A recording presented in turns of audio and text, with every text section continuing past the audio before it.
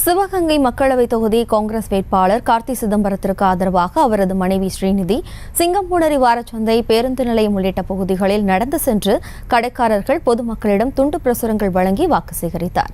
கூடுதல் விவரங்களை வழங்குவதற்காக நமது செய்தியாளர் அப்துல் சலாம் இணைகிறார். வணக்கம் அப்துல் சலாம், விவரம். வணக்கம் ஜெயஸ்ரீ. சிவகங்கை மாவட்டம் சிங்கம்புணரி பகுதியில் தனது கணவர் கார்த்தி சிதம்பரத்திற்காக மனைவி ஸ்ரீநிதி களத்தில் இறங்கி தீவிர வாக்கு சேகரிப்பில் ஈடுபட்டுள்ளார்.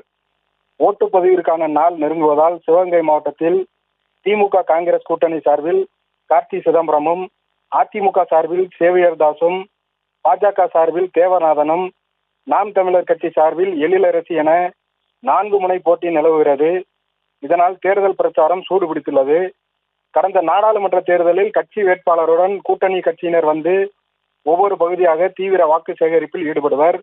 ஆனால் இந்த முறை வேட்பாளர் இல்லாமல் தற்போது திமுக காங்கிரஸ் கூட்டணி சார்பில் தனித்தனியாக ப. சிதம்பரம் ஒரு பகுதிக்கும், கார்த்தி சிதம்பரம் ஒரு பகுதிக்கும், அமைச்சர் பெரியகருப்பன் ஒரு பகுதிக்கும் சென்று வாக்கு சேகரித்து வரும் நிலையில் இன்று கார்த்தி சிதம்பரம் மனைவி ஸ்ரீநிதியும் களத்தில் இறங்கி சிங்கம்புணரி பகுதியில் தீவிர வாக்கு சேகரிப்பில் ஈடுபட்டு வருகிறார்.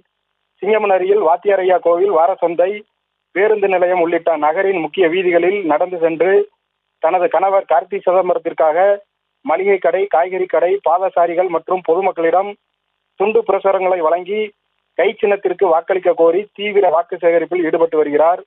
கடந்த நாடாளுமன்ற தேர்தலில் கூட கார்த்தி சிதம்பரம் மனைவி களத்தில் இறங்காத நிலையில் இந்த நாடாளுமன்ற தேர்தலில் 4 முனை போட்டி நிலவுவதால் கார்த்தி சிதம்பரம் மனைவி ஸ்ரீநிதி களத்தில் இறக்கப்பட்டுள்ளது ஆச்சரியத்தை ஏற்படுத்தியுள்ளது. ஜெயஸ்ரீ,